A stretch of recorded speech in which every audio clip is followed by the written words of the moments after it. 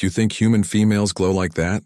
He whispered, fumbling with her suit first contact gone. Wrong. Commander Sarah Chen floated in the observation deck of the UES Pioneer, watching the stars drift past like scattered diamonds against black velvet. 3 years into their deep space exploration mission, her crew of 42 had grown comfortable with the isolation.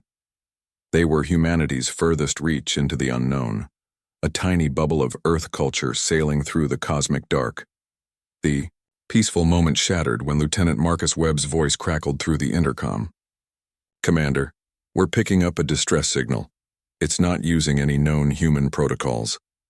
Sarah's heart raced. After decades of searching, this could be it. First contact with an alien civilization. She pushed off from the viewing window and propelled herself toward the bridge. "On my way. Don't respond until I get there." The bridge buzzed with controlled excitement as Sarah arrived. Her crew maintained their professionalism, but she could see the anticipation in their eyes. On the main screen, a pattern of lights pulsed in a complex sequence. "It's definitely artificial," Webb reported, his dark fingers dancing across his console. "The pattern repeats every 97 seconds, coming from a system about 3 light hours away." "Can we translate it?" Sarah asked, securing herself. In the captain's chair, Dr. Yuki Tanaka, their xenolinguist, shook her head. "Not yet, but the mathematical structure suggests distress. See how the pattern accelerates? That's universal panic." Sarah made her decision. "Set course for the signal's origin. We go in careful but ready to help." The Pioneer's fusion engines hummed to life, bending space around them as they jumped toward the unknown. What they found exceeded their wildest expectations. A massive ship, easily 5 times the Pioneer's size, tumbled slowly through space. Its hull was a beautiful crystalline structure that caught and refracted starlight in rainbow patterns. But ugly scorch marks and gaping holes marred its surface. Something had attacked this vessel, and recently. "Life signs?" Sarah asked. "Scanning," Webb replied. "Yes, multiple contacts. They're alive, but their power systems are failing. Life support. Won't last more than 6 hours. Prep a boarding team," Sarah ordered. Full environmental suits, universal translator patches, and medical supplies were going in. 20 minutes later, Sarah led a team of 6 through the alien ship's torn hull. The interior was unlike anything in human architecture. Walls curved, organically, meeting at impossible angles that hurt to look at directly. The atmosphere was thick with a sweet smell that reminded Sarah of cinnamon and ozone. They found the survivors in what appeared to be a command center. Sarah's breath caught. The alien stood nearly 8 feet tall with elongated limbs covered in scales that shifted from deep purple to electric blue. 4 arms ended in delicate 3-fingered hands. Their faces were vaguely humanoid, but with large, multifaceted eyes that reflected light like prisms. One of the aliens, wearing what looked like armor made from the same crystalline material as the ship, stepped forward. When it spoke, the translator patch in Sarah's ear worked overtime, producing a rough approximation of meaning. "You are the responding ones?" The voice was melodious, like wind chimes in a gentle breeze. Sarah raised her hands in what she hoped was a universal gesture of peace. "Yes, we received your distress signal. We're here to help. I'm Commander Sarah Chen of the United Earthship Pioneer." The alien's eyes shifted, colors swirling in what Sarah couldn't interpret. "I am Zekval, Prime Warrior of the Kenti Collective. Your arrival is unexpected. Our records speak nothing of your kind." "We're called humans," Sarah explained. "We're new to interstellar travel. Can we assist with your repairs? Our scans show your life support is failing." Zekval tilted his head, a gesture surprisingly human-like. "You would aid us without knowing us, without negotiation of debt price. Where we come from, helping those in distress is just what you do," Sarah said. "We can discuss cultural exchanges later. Right now, let's focus on keeping you alive." The Kenti warriors behind Zekval chittered among themselves, their scales flickering rapidly through color changes. Zekval raised one of his 4 arms, silencing them. "Your words taste of truth sound, yet something is wrong different," Zekval said, his multifaceted eyes studying Sarah intently. In all the galaxy, no species offers aid without predetermined gain benefit. You speak impossibility. Dr. Kim, Sarah's chief medical officer, stepped forward with her medical scanner. May I? She asked, gesturing toward one of the injured Kenti. I'm a healer. Zekval's scales shifted to a deep amber. You would heal the wounded ones without treaty bond? This makes no logic sense. Sarah was about to respond when one of the younger Kenti warriors suddenly collapsed, their scales fading to a pale gray. Dr. Kim didn't wait for permission. She rushed forward, pulling out her emergency medical kit. Their respiratory system is failing, Kim announced, working quickly. Similar to our lungs, but with a tri-chamber system. I can stabilize them, but I need to work now. Zekval watched, in apparent amazement as Kim worked, injecting the fallen warrior with a modified oxygen booster and applying a pressure patch to a wound leaking luminescent blue fluid. Within minutes, the warrior's scales began returning to their healthy purple-blue. Impossible, Zekval whispered. You saved Tekmar without price naming. How can this be? All species follow the law of exchange balance. Sarah knelt beside Kim, helping to support the recovering warrior. Humans have a saying, today you, tomorrow me. We help because one day we might need help ourselves. The Kenti warriors recoiled, as if Sarah had said something terrifying. Zekval's four hands moved in what looked like a defensive gesture. You speak of future debt without certainty? His voice carried a note of fear. You gamble risk on possibility, maybe? This is madness, chaos. Lieutenant Webb's voice crackled through Sarah's comm. Commander, I'm detecting approaching vessels. Configuration matches the damage patterns on the Kenti ship. Zekval's scales flashed brilliant red. The Devourers return. You must flee, humans. You have shown kindness unexpected. Do not die for strangers unknown. Sarah stood, her mind racing. These Devourers, they're the ones who attacked you? They consume harvest all they encounter, Zekval explained rapidly. Technology, resources, lives. They know only hunger-taking. We fought, resisted, but our weapons barely scratched their hulls. How long until they arrive? Sarah asked Webb through the comm. 15 minutes at their current speed. Sarah looked at the injured Kenti, at Zekval's mixture of resignation and confusion, and made a decision that would change the course of human-alien relations forever. We're not leaving you, she declared. Humans have another saying, leave no one behind. Zekval's eyes swirled with colors Sarah couldn't read. But why? We are nothing, none to you. No alliance bond, no trade worth. Why would you risk die for strangers?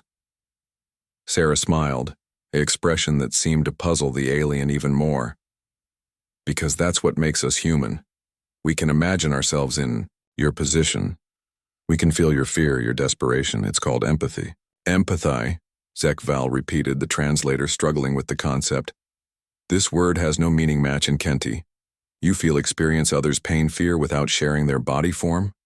Something like that, Sarah said, then activated her. Commercy Webb, prepare the Pioneer for combat. Kim, how many Kenti can we evacuate? All 23 survivors if we pack them in tight, Kim reported. Do it. Zekval, we need to move your people now. But Zekval wasn't moving. He stared at Sarah with those prismatic eyes, his scales shifting through a spectrum of colors. You would fight, die for us based on feeling, imagination, not logic benefit? Welcome to humanity, Sarah said with grim humor. We're complicated, that way. As the first of our ships appeared on the sensors, Sarah realized their first contact had just become a first conflict. But she also saw something in Zekval's expression, a dawning understanding that humans might be unlike anything the galaxy had encountered before. The question was, would that be enough to survive what was coming? The bridge of trust. The evacuation proceeded with desperate efficiency. Sarah's crew worked alongside the bewildered Kenti, guiding them through the damaged corridors toward the Pioneer's docking tube.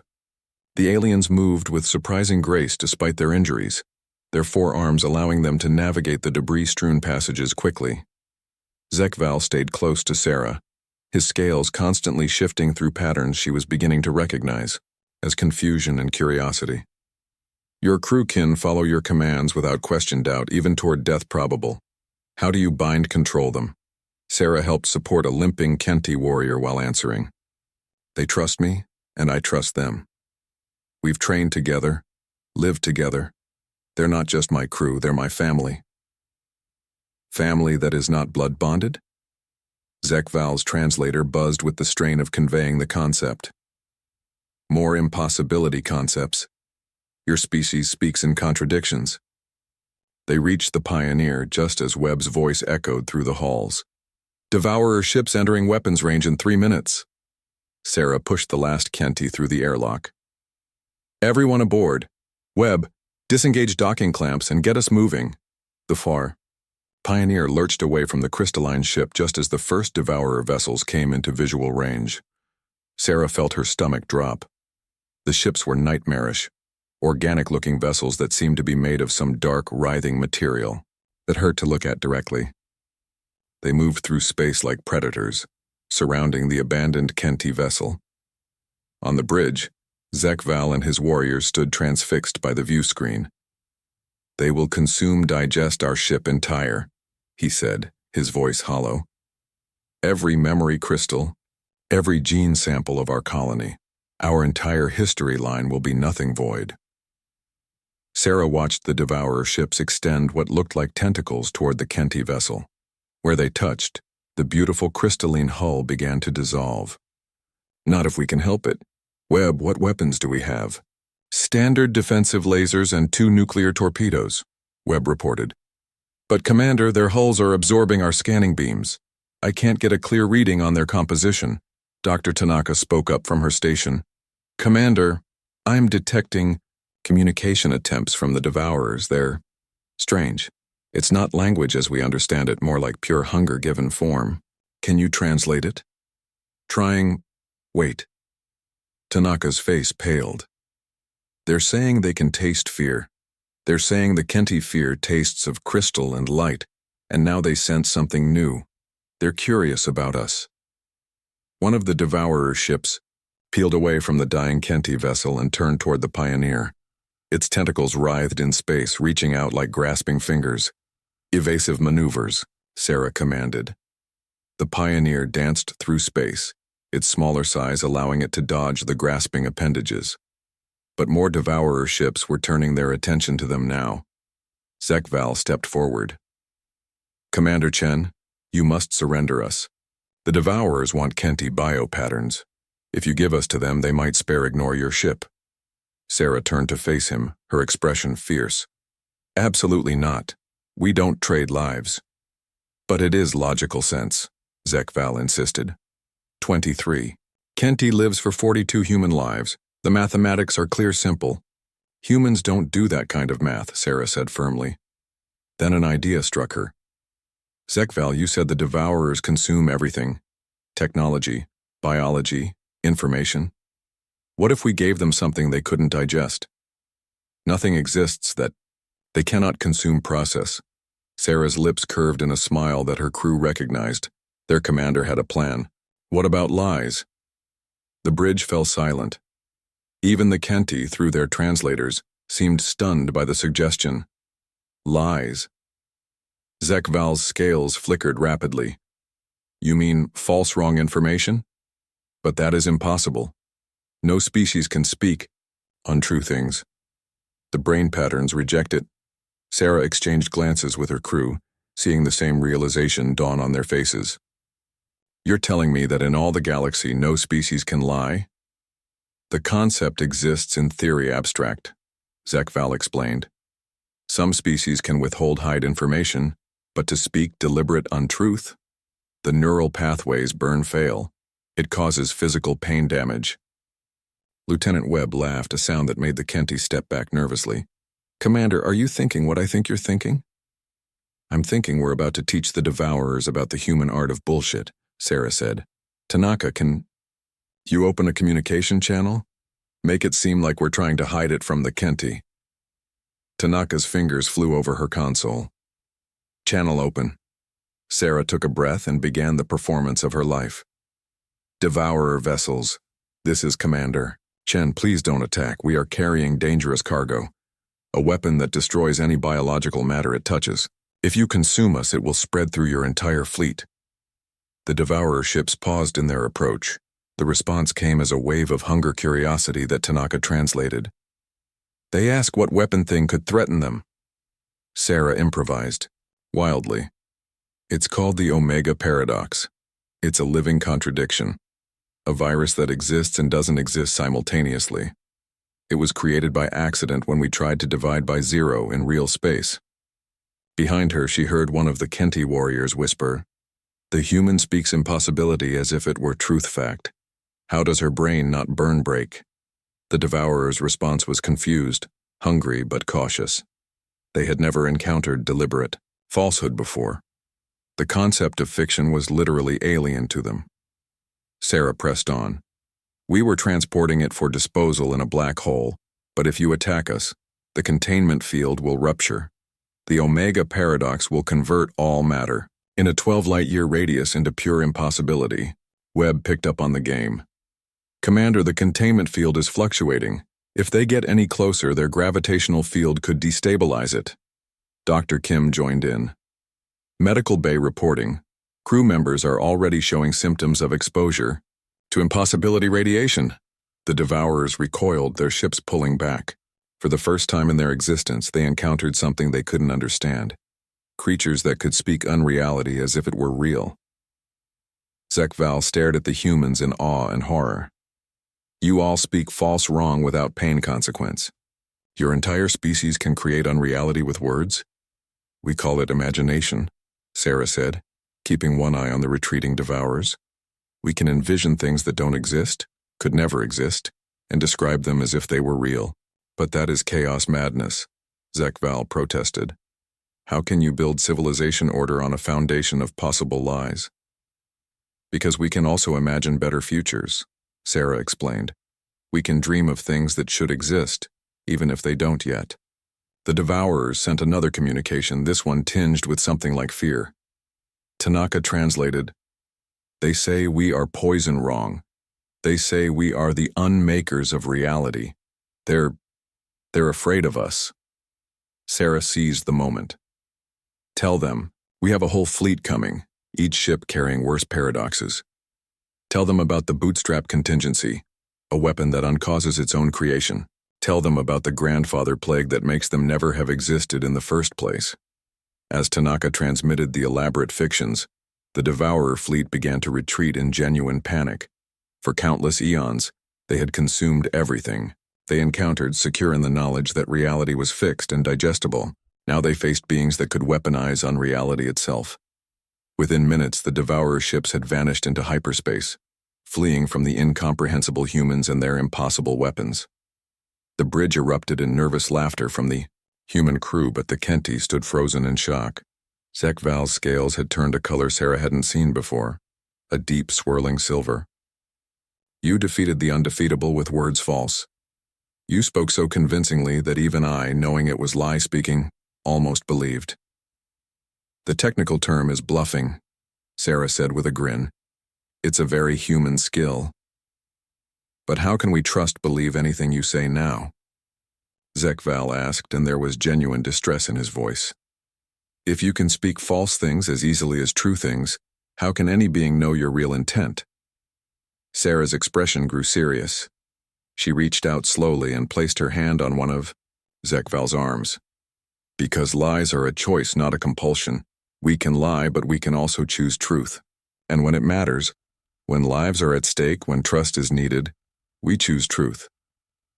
"Choice," Zekval repeated. "Everything with your species is choice decision. No fixed paths, no certain futures." "That's what makes us human," Sarah said. "We're not bound by what is. We can imagine what could be." Zekval was quiet for a long moment, his scales shifting through complex patterns. Finally, he spoke. "The Kenti collective must know of this. A species that can lie but chooses truth, that can imagine impossibilities and make them real. You are either the greatest threat the galaxy has ever known, or its greatest hope." "Why not both?" Sarah asked with a wry smile. Zek Val's translator made a sound that might have been laughter. Again with the contradictions. Your species will take much studying understanding. As the Pioneer resumed course with its unexpected passengers, Sarah realized that humanity's introduction to the galactic community had taken an unprecedented turn. They weren't just another spacefaring species.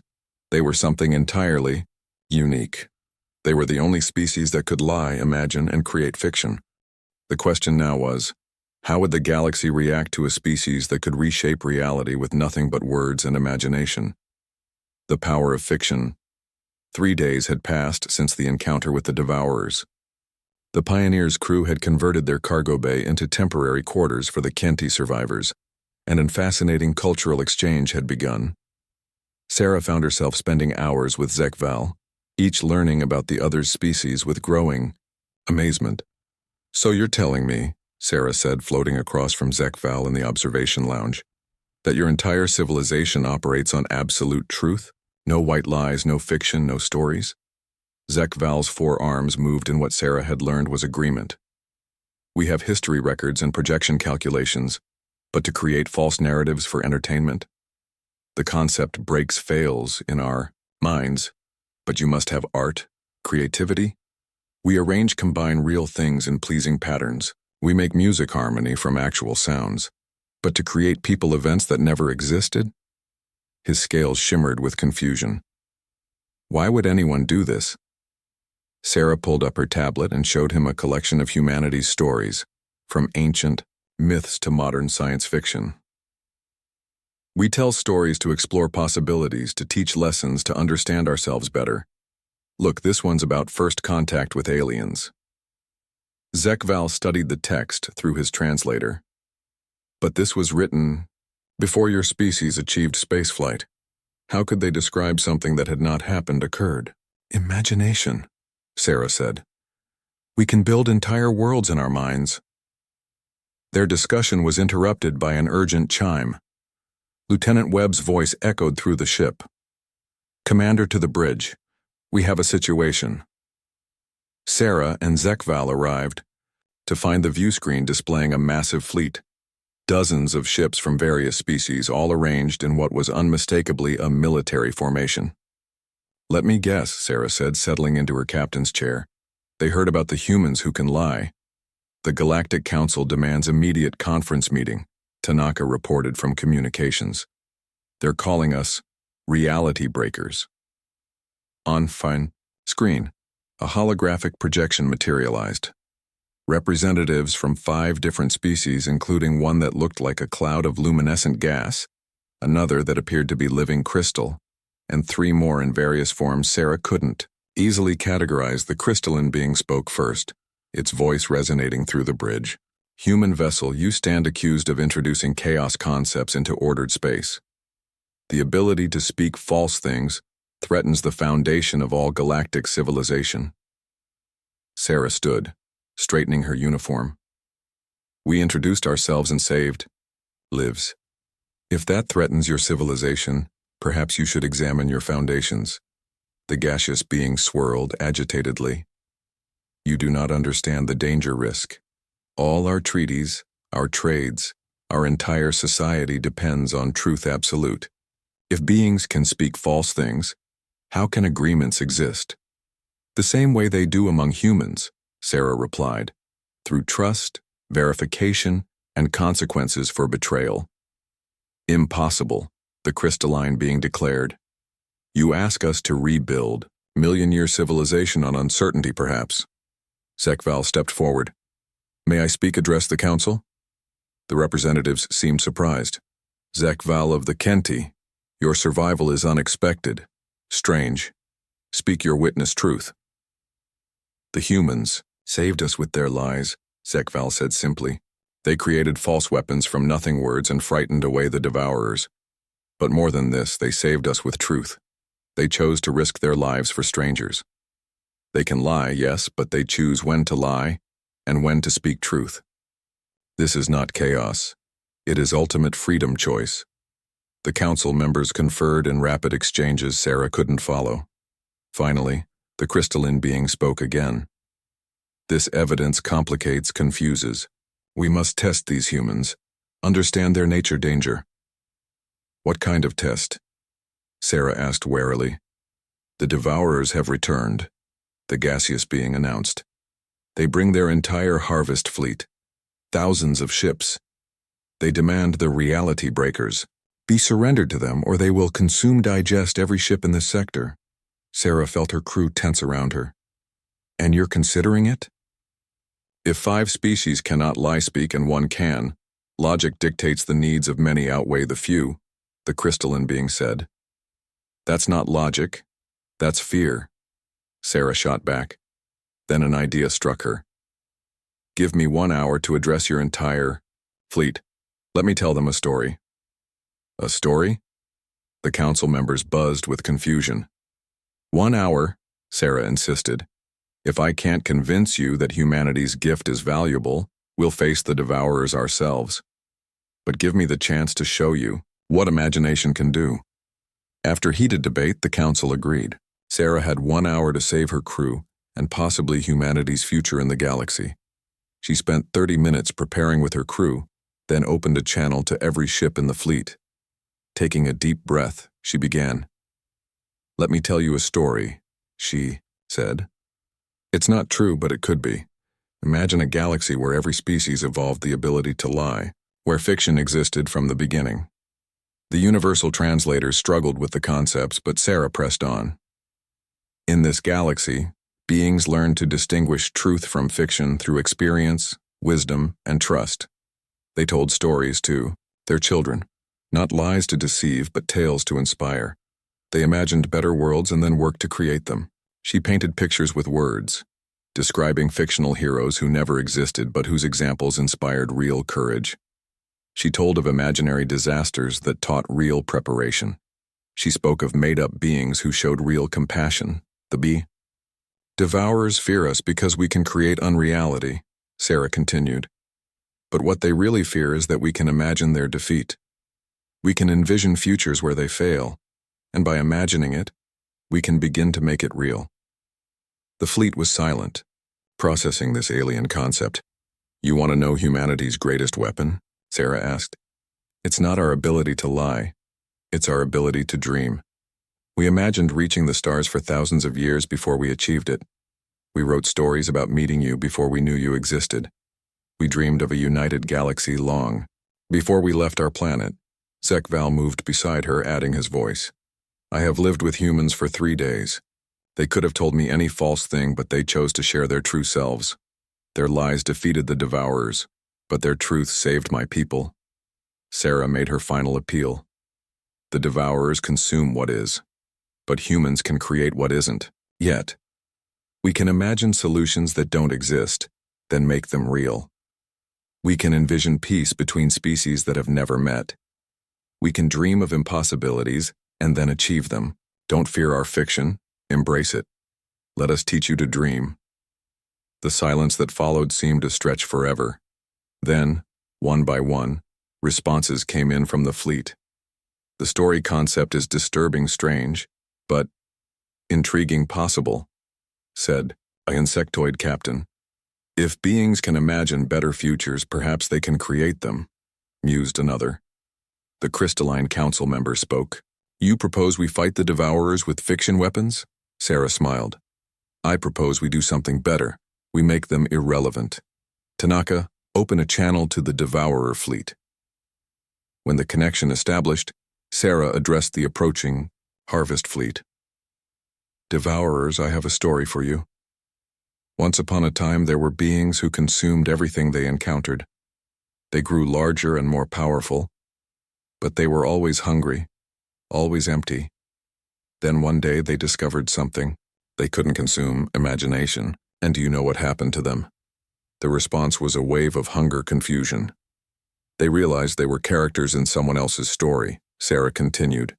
Every move they made, every ship they consumed, was part of a narrative being told, by beings they couldn't understand. They weren't the predators, they were the plot device. And once they realized that, they had a choice: remain simple antagonists in someone else's story or write their own. The Devourer fleet had stopped advancing. The impossibility of what Sarah was suggesting, that their entire existence might be fictional, created a logical paradox their consuming nature couldn't process. "Here's the ultimate truth that's also a lie," Sarah said. "Everything is a story. Your hunger, our fear, this conflict, it's all narrative. And the beautiful thing about stories? They can be rewritten. You don't have to be the monsters. You could be the beings who chose to change, who discovered satisfaction beyond consumption. Imagine being full. Imagine being complete." For beings that had only known hunger, the concept of satiation was as foreign as fiction itself. But like a virus, the idea began to spread through their collective consciousness. What if they could be something else? What if their story could change? The lead devourer ship sent a single, unprecedented communication. "Teach us to imagine." The bridge erupted in amazement. Sarah turned to the council projection.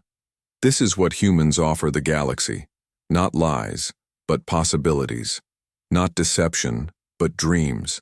We can imagine peace with beings everyone thought were monsters. We can create futures that don't yet exist." The crystalline being's form shifted in what might have been awe. "You turned the greatest threat in the galaxy into potential allies, with nothing but words false that revealed truth deeper." "Welcome to the power of fiction," Sarah said with a grin. In the days that followed, humanity's role in the galaxy was established not as conquerors or traders, but as storytellers. They became the species that could imagine impossible solutions and inspire others to make them real. The Canti became their first allies, with Zekval serving as cultural ambassador, learning the art of fiction to share with his people. The Devourers, freed from their eternal hunger by the possibility of being something else, began the slow process of transformation. They learned to create rather than consume, to imagine rather than devour. And Sarah Chen, who had started this journey as an explorer, became known as the first human story speaker, the one who taught the galaxy to dream. As she stood on the observation deck with Zekval, watching the mixed fleet of species learning to work together, he asked her, "Was any of what you told them true?" Sarah smiled. "Does it matter? The best lies reveal deeper truths. The most impossible fictions inspire the greatest realities. That's what makes us human. We don't just accept what is. We create what could be." Zekval's scales shimmered in. What she'd learned was appreciation. "Your species will change everything." "That's the plan," Sarah said, watching the stars and imagining all the stories yet to be told. The galaxy would never be the same. Humanity had arrived, bringing with them the most powerful force in existence, imagination, and with it, the ability to reshape reality, one story at a time.